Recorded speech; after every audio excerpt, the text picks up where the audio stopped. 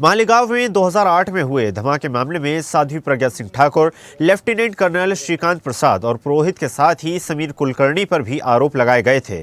समीर कुलकर्णी पर धमाके की साजिश रचने, भोपाल में धमाके की बैठक में शामिल होने और अभिनव भारत की गतिविधियों में हिस्सा लेने का आरोप था, जो गलत साबित हुआ। ब्लास्ट के 17 साल बाद कोर्ट ने साध्वी के साथ ही समीर कुलकर्णी को भी बरी कर दिया है और वे 17 साल बाद भोपाल पहुंचे समीर कुलकर्णी से स्वदेश न्यूज ने खास बातचीत की। यतो धर्मस्ततो जयः। ओम नमः पार्वती पतये हर हर महादेव। 2008 में हुए मालेगांव बम ब्लास्ट ने पूरे भारत के साथ दुनिया भर को चौंका दिया था और मालेगांव ब्लास्ट केस में जो आरोपी बनाए गए थे साध्वी प्रज्ञा सिंह ठाकुर के साथ, उनके साथ आरोपी नंबर 5 थे समीर शरद कुलकर्णी, जिन्हें कि हाल ही में अदालत ने बरी कर दिया है। समीर जी, ये बताइए, ये पूरा मामला भोपाल से खुला था, आपकी गिरफ्तारी भोपाल से हुई थी। प्रणाम। आज 17 वर्ष के बाद जो न्यायालय ने हमने संघर्ष लड़ा है और सम्माननीय विशेष एनआईए न्यायालय ने 31 जुलाई 2008 को हमारे निर्दोषत्व के ऊपर ठप्पा लगाया है, तो आज मैं भोपाल केवल 25 अक्टूबर 2008 को जो भोपाल पुलिस का अधिकारी था धर्मवीर सिंह यादव और मुंबई पुलिस के अधिकारियों ने मुझे यही भोपाल के रेलवे स्टेशन से इल्लीगल तरीके से गिरफ्तार किया था और झूठे नाम से मुझे भोपाल से लेके गए थे। साथ ही इसी भोपाल महानगर का जो आराध्य सर्वशक्तिमान परमेश्वर का मंदिर है, प्रभु श्री राम मंदिर, वहां पर कोई षड्यंत्र किया, ऐसा झूठा आरोप लगाया था, जो सरासर झूठ था। आपकी गिरफ्तारी ये पुराने भोपाल में जो श्री राम मंदिर है वहां से हुई थी? नहीं, तत्कालीन हबीबगंज रेलवे स्टेशन से मैं दीपावली के लिए ग्वालियर जा रहा था। अभी आज का उसका नाम रानी कमलावती देवी रेलवे स्टेशन है। तो वहां से मुझे इन्होंने, जो जुरिस्डिक्शन नहीं था मुंबई पुलिस का, रेलवे का जुरिस्डिक्शन था, और भोपाल पुलिस ने भी कोई एंट्री नहीं किया, कोई कोर्ट का समझ नहीं था, कोई आदेश नहीं था किसी का, और झूठे नाम से मुझे राजा भोज हवाई अड्डा लेके गए और संग्राम सिंह के नाम से मुझे मुंबई लेके गए। लेकिन उसी वक्त इसी मध्य प्रदेश पुलिस के कुछ ईमानदार प्रामाणिक जो मुझे अच्छी तरह से परिचित थे, मुझे सदाचरण से परिचित थे, उन्होंने यहाँ के प्रचार प्रसार माध्यमों को मुंबई पुलिस का जो दुराचरण है परिचित थे, इसलिए उन्होंने न्यूज़ लीक किया, उनके पीछे लगे, इसलिए मुझे मेरी जान बच गई। अगर तत्कालीन मध्य प्रदेश के प्रचार प्रसार माध्यम प्रतिनिधियों ने अपने कर्तव्य का निर्वहन नहीं किया होता तो मैं गलती से भी जिंदा नहीं बच सकता। आपको भोपाल से कहाँ ले गए? मुझे भोपाल से मुंबई लेके गए, वहां पर एटीएस काला चौकी में दीपावली के दिन इलीगल कस्टडी में रखा, हेवी टॉर्चर किया और लक्ष्मी पूजन का दिन था, उस दिन मुझे न्यायालय के अंदर हाजिर किया गया। लेकिन मैं जिंदा बचा हूं तो केवल और केवल भोपाल के प्रचार प्रसार माध्यमों की वजह से, और सभी के सभी यहाँ के राष्ट्रभक्त धर्मनिष्ठों के साथ, जो धर्मपरायण हिंदू थे, उनके साथ उन्होंने साथ दिया और भोपाल का नाम बदनाम नहीं होने दिया। इसमें यहाँ के प्रचार प्रसार माध्यमों का बहुत बड़ा एहसान है हिंदू समाज के ऊपर। साध्वी प्रज्ञा सिंह ठाकुर को गिरफ्तार कर चुके थे आपके गिरफ्तारी के पहले? सबसे पहले साध्वी प्रज्ञा सिंह ठाकुर के संपर्क ढूंढते हुए वो सूरत गए थे, तब वो मध्य प्रदेश में जबलपुर में थी, तो वो स्वयं अपने पैर से चलते सूरत गई, सूरत से उनके घर से वो मुंबई एटीएस गई, क्योंकि पुलिस को सहयोग करना, पुलिस की जांच को सहयोग करना, ये हर भारतीय का कर्तव्य था। विश्वास के साथ गई, लेकिन उसका भी जीवन 17 साल मुंबई पुलिस ने बर्बाद किया और सभी के सभी आरोपियों को इलीगल तरीके से अरेस्ट किया, डिटेंशन रखा, हेवी टॉर्चर किया। आपका कहना है कि उस वक्त जो तत्कालीन सरकार थी, कांग्रेस की सरकार, उसने ये सब करवाया। मालेगांव ब्लास्ट किसने किया, ये अभी भी रहस्य बना हुआ है। सम्माननीय विशेष एनआईए न्यायालय का 1036 पन्नों का जजमेंट है, तो जजमेंट में लिखा है कि ब्लास्ट हुआ है, लेकिन वो किस जगह के ऊपर हुआ है ये साबित नहीं हुआ, किस वाहन के ऊपर हुआ है ये भी साबित नहीं हुआ, वो वाहन साध्वी प्रज्ञा सिंह ठाकुर का है ये भी साबित नहीं हुआ, भोपाल में ऐसी कोई कॉन्स्पिरेसी मीटिंग नहीं हुई, ये भी न्यायालय ने अधोरेखित किया कि सब का सब फैब्रिकेटेड था, झूठ था करके।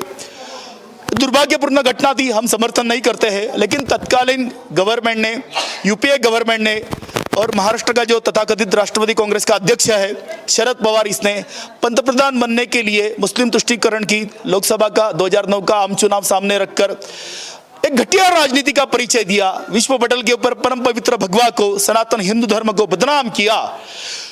आप लोगों से किसी का नाम लेने का भी बोला जाता था?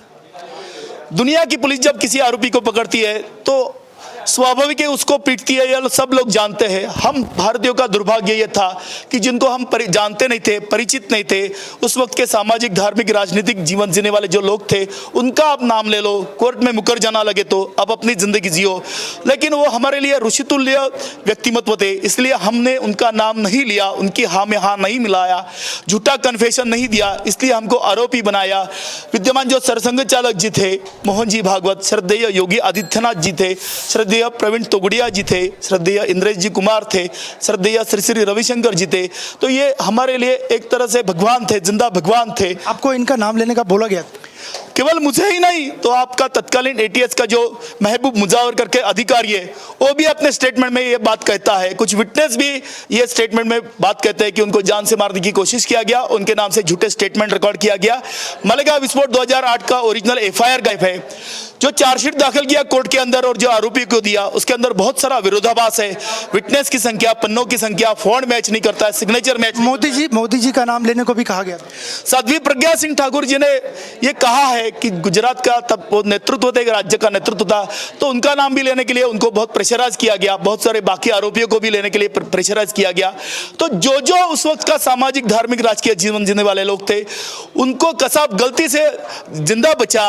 अगर कसाब जिंदा नहीं बचता था तो इन सभी सामाजिक, धार्मिक संगठनों को, जैसा गांधीवत के पश्चात बैन किया था कांग्रेस थे, या आपातकाल में सभी हिंदू संस्था को बैन किया था, वैसा ही षड्यंत्र पाकिस्तान का आईएसआई के साथ मिलकर तत्कालीन यूपीए गवर्नमेंट का जो नेतृत्व था, सोनिया गांधी, राहुल गांधी, सुशील कुमार शिंदे, शिवराज पाटिल, चिदम्बरम, शकील अहमद, अहमद पटेल, इन लोगों का, इन्होंने देश के साथ गद्दारी किया है, इन्होंने देश के साथ विश्वासघात किया है। बहुसंख्यक हिंदुओं के मतों के आधार के ऊपर दशकों का इन्होंने अपनी राजनीति का वोट बटोरा, सत्ता का लाभ उठाया और इसी हिंदू धर्म को विश्व पटल के ऊपर बदनाम किया। सैफरन टेरर का भी इसके बाद पूरा आया कि भगवा आतंक है, और भगवा आतंक को लेकर सैफरन टेरर को कि पूरे विश्व में भारत की बदनाम करने की साजिश थी, ऐसा लगता है आपको? ये अश्लाघ्य शब्द चिदम्बरम है, इसने अंग्रेजी में कहा, लेकिन ऐसा कतई होता नहीं है, क्योंकि सनातन पवित्र हिंदू धर्म, भगवा तो यह त्याग का, पुरुष का प्रतीक है। तो ये विश्व पटल के ऊपर इन्होंने बदनाम किया। दिग्विजय सिंह है, इन्होंने इन शब्दों का प्रयोग किया। 26/11 आरएसएस की साजिश करके ऐसा किताब का उसने विमोचन कराया, और आज ये कहता है संसद के अंदर कि मैंने ऐसा कुछ नहीं कहा करके। और सुशील कुमार शिंदे कहता है कि ये पार्टी लाइन थी। तो तुम इतना देश का नेतृत्व हो, तुमको ये छोटी सी बात समझ में नहीं आती है, लेकिन इस अभी आगे कभी भी इस माटी के ऊपर कोई दुस्साहस नहीं करेगा हमारे परम पवित्र भगवा को और सनातन हिंदू धर्म को बदनाम करने का। लेकिन ये जो मूल जड़ है कांग्रेस, इसको कभी भी किसी भी भारतीयों ने अपने जीवन भर वोट नहीं देना चाहिए, ताकि जो भी सामाजिक जीवन जीता है, निस्वार्थ भाव से, कर्तव्य भाव से अपना धार्मिक कर्तव्य निभाता है, तो उनका जीवन बर्बाद नहीं होना चाहिए। मैं सौभाग्यशाली हूँ कि भोपाल के प्रचार प्रसार माध्यमों ने सभी यहाँ के धर्मप्राण हिंदुओं का साथ दिया, इसलिए यहाँ का कोई विटनेस नहीं बना, कोई आरोपी नहीं बना। इसलिए हम आपके आजीवन ऋणी रहेंगे। अनंत उपकार सब भोपाल महानगर के। हेमंत करकरे की क्या भूमिका थी? वो तत्कालीन एटीएस प्रमुख थे। मैं ऐसा समझता हूं कि हमारे जो देश के शत्रु थे, उनके साथ लड़ते वक्त उन्होंने अपना सर्वोच्च मानवीय बलिदान दिया। यह हमारा घर का झगड़ा है, इसलिए आज हम उनके प्रति कृतज्ञता ही व्यक्त करते हैं कि जिन्होंने सर्वोच्च मानवीय बलिदान देके आतंकवादियों के खिलाफ वो खड़े रहे। इस पृथ्वी के ऊपर का अगर कोई सर्वोच्च पुरस्कार है तो वो जो अपने कर्तव्य का निर्वहन करते हुए अपना सर्वोच्च मानवीय बलिदान देता है, तो उसके प्रति हमने सभी भारतीयों ने उनके हम ऋणी रहना चाहिए, ऐसा ही मेरी भावना है। साध्वी जी का कहना है कि हेमंत करकरे भी उन्हें टॉर्चर करते हैं। नहीं, ये वास्तविकता है। सभी आरोपियों ने ये लिखित रूप में दिया है, एफिडेविट में दिया है, मानवाधिकार आयोग में सब लोगों ने कंप्लेंट्स किया है, विटनेस ने किया है, ऑन ड्यूटी आर्मी ऑफिसर ने कहा है कि कनपट्टी के ऊपर बंदूक रखकर हमसे प्रेशराइज हमें किया गया करके। और एटीएस का महबूब मुजावर कहता है, कहा गया दिलीप पाटीदार, कहा गया संदीप डांगे, कहा गया रामजी कलसंग्रा, इसी भारत का ये करदाता भारतीय नागरिक था, इसी मध्य प्रदेश का एक आम जीवन जीने वाला परिवार, ये सब लोग था। कौन आज इसके लिए उत्तरदायी है? तो मैं ऐसा समझता हूं कि कांग्रेस का देश विरोधी, धर्म विरोधी इसके लिए उत्तरदायी है। आज ये मुंह छुपा के बैठे हैं। दिलीप पाटीदार, संदीप डांगे और कलसंग्रा कहाँ है मालूम है आपको? दिलीप पाटीदार का डेड बॉडी भी नहीं मिला। उनके परिवार वालों ने जबलपुर हाईकोर्ट से ऑर्डर पास करवाया। मुंबई एटीएस के अधिकारियों तब वो गायब हो गए, वारंट निकला, लेकिन व्यवस्था को एक दूसरे को संभाल लेती है। आज भी उसका डेड बॉडी नहीं मिला है और वो जीवित नहीं है 17 साल से, ऐसा पूरा विश्वास है सभी को। लेकिन क्यों उन पुलिस वालों को पनिशमेंट नहीं दिया? कैसे भोपाल से मुंबई पुलिस आके एक आम भारतीय नागरिक को उठा के लेके जाते हैं? तो इसके लिए कौन जिम्मेदार है? हम तो इसी व्यवस्था के भरोसे इस देश के अंदर जीवन जीते हैं, तो भी इन पुलिस वालों को आज तक क्यों सजा नहीं हुई? उसमें परमवीर सिंह है, राजन गुले है जो दिलीप पाटीदार को उठा के लेके गया, संदीप डांगे, रामजी कलसंगरा, इनका डेड बॉडी मिला, लेकिन उनको पहचानने से सब लोग इनकार कर देते हैं। 26/11 के बाद में दूसरे दिन को जान से मार दिया। मरे हुए आदमी के नाम से वारंट निकाला, रेड कॉर्नर नोटिस निकाला। तो इतना भद्दा मजाक कानून का, संविधान का इस देश के अंदर कांग्रेस ने किया। इसलिए मैं बार बार यही आह्वान करूंगा कि मेरा जिंदगी का 17 वर्ष वापस नहीं आ सकता है, लेकिन आइंदा किसी भारतीय का जीवन ऐसा नहीं हो, उसके जीवन में ऐसे दिन ना आए। इसीलिए कांग्रेस को हर हालत में सभी भारतीयों ने कभी अपना बहुमूल्य वोट नहीं देना चाहिए। आपको दिलीप पाटीदार बनाने की साजिश थी ऐसा लगता है?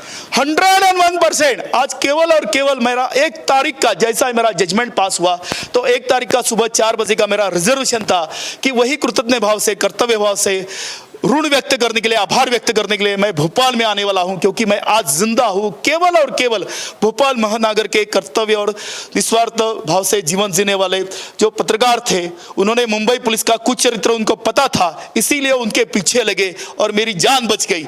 इसीलिए मैं भोपाल के सभी पत्रकारों का ऋणी हूं। मेरा पुनर्जन्म इन्हीं लोगों के एक सदाचरण की वजह से हुआ है। शरद राव पवार को क्या कहना चाहिए? यह एक घटिया राजनीति का प्रतीक है इस देश का। हर इलेक्शन के वक्त कुछ न कुछ समाज के अंदर एक विरोधाभास निर्माण करता है। इसी पार्टी के पास महाराष्ट्र का 15 वर्ष गृह मंत्री का पद था। 2006 का मालेगांव विस्फोट देख लीजिएगा, 7/11 का मालेगांव विस्फोट देख लीजिएगा। किसी भी निर्दोष भारतीय को उठा लेते हैं, उनके नाम से झूठी कहानी बना के उनका जीवन बर्बाद कर देते हैं। एक तो बम विस्फोट होना ही नहीं चाहिए। 2014 में इस देश में बम विस्फोट क्यों नहीं हुआ? यही जो बदन के ऊपर वर्दी पहने वाले पुलिस वाले हैं, यह परंपरा में, विरासत में नहीं मिलती है। यह सक्षम और समर्थ हमारी व्यवस्था है, लेकिन राजनीतिक रोटियां सेकने के लिए, मुस्लिम तुष्टीकरण की घटिया राजनीति के लिए यह दुरुपयोग करते हैं। और इतना घटिया राजनीति का परिचय कभी किसी विश्व पटेल के ऊपर अपने जनता के साथ कोई पार्टी नहीं देता है। आपकी संस्था थी अभिनव भारत, अब उसका क्या हो रहा है? अभिनव भारत नाम का एक पुणे में रजिस्टर्ड संस्था था, उनके सभी के सभी ट्रस्टी ये साक्षीदार बने। उन्होंने स्पेशल एनआई कोर्ट में साक्ष्य रिकॉर्ड किया गया है कि इस मुकदमे के जो आरोपी थे वो कोई उनके सदस्य नहीं थे। और मैं विश्वास के साथ आपको बताना चाहूंगा कि इस विश्व पटल के ऊपर कोई भी हिंदू ऑर्गेनाइजेशन, संस्था, संगठन बैन ऑर्गेनाइजेशन नहीं है। हमारा धर्म ग्रंथ, हमारा धर्म गुरु और हमारी संस्कृति किसी भी निर्दोष की जान लेने के हम पक्षधर नहीं है। ये एक बहुत ही घिनौना, अश्लाघ्य कृत्य होता है बम विस्फोट का, तो ये हमारा आचरण ही नहीं है। हाँ, 2014 से जो केंद्र की सरकार चल रही है उसके बारे में क्या कहें? हमारा सौभाग्य है कि सभी करदाता भारतीयों ने अपने राष्ट्रीय कर्तव्य निभाया और तत्कालीन केंद्र का जो देश विरोधी, धर्म विरोधी सरकार था उसको हटाया। और विद्यमान जो नेतृत्व है वो एक धर्मपरायण नेतृत्व है और उन्होंने सच्चाई का साथ दिया। सरकारी वकील जो थे, जिन्होंने कानून का आधार के ऊपर ये मुकदमा लड़ा और हम निर्दोष छूटे। तो अगर तत्कालीन सरकार नहीं होता, तो हम 14 में सरकार अगर भारतीयों ने नहीं बदली होती, तो हम हरगिज जेल के बाहर नहीं आते थे। आखिरी सवाल, आप 17 साल जेल में रहे, अब आगे का क्या है? अभी तो 17 वर्ष से हम ना किसी से मिले, ना किसी के घर पे गए, ना किसी से बात किया, ना कोई त्योहार मनाया। तो अभी केवल ये पिछला जो 25 दिन है। कितने वर्षों बाद भोपाल आए? मैं 17 वर्ष के बाद आज भोपाल आया था, लेकिन मुकदमे के संबंध में जो मुझे यहाँ से इलीगल अरेस्ट किया गया था, डिटेन किया गया था, तो यहाँ की अदालत में उनके खिलाफ केस करने के लिए मुझे न्यायालय के परमिशन से मैं तब आया था। लेकिन आज स्वतंत्र रूप से, आज पहली बार 17 साल के पश्चात आप सभी लोगों का दर्शन करने के लिए, कृतज्ञता व्यक्त करने के लिए मैं आया हूँ। हमसे बात करने के लिए धन्यवाद। तो ये थे हमारे साथ समीर कुलकर्णी और उनका यही कहना था कि वे 17 साल बाद भोपाल आए हैं मालेगांव ब्लास्ट जो हुआ था उसमें साध्वी प्रज्ञा सिंह सहित जितने भी लोगों को फंसाया गया था वो गलत फंसाया गया था। और उन्होंने उस वक्त के भोपाल के मीडिया का भी आभार व्यक्त किया है कि उसी ब्रेकिंग खबर से इनकी जो अरेस्टिंग हुई थी वो सामने आई थी, वरना पता भी नहीं चलता कि ये अरेस्ट होते या इनका हश्र भी दिलीप पाटीदार जैसा होता जो कि उज्जैन के निवासी थे और आज तक मिसिंग है, न ही इनकी डेड बॉडी मिली है। वीडियो जर्नलिस्ट मनीष के साथ अनिरुद्ध, स्वदेश न्यूज़ भोपाल। और ऐसी ही ताजा खबरों के लिए लाइक, फॉलो और यूट्यूब पर सब्सक्राइब कर बेल आइकन जरूर दबाइए और हर अपडेट के लिए विजिट कीजिए स्वदेशलाइव.com।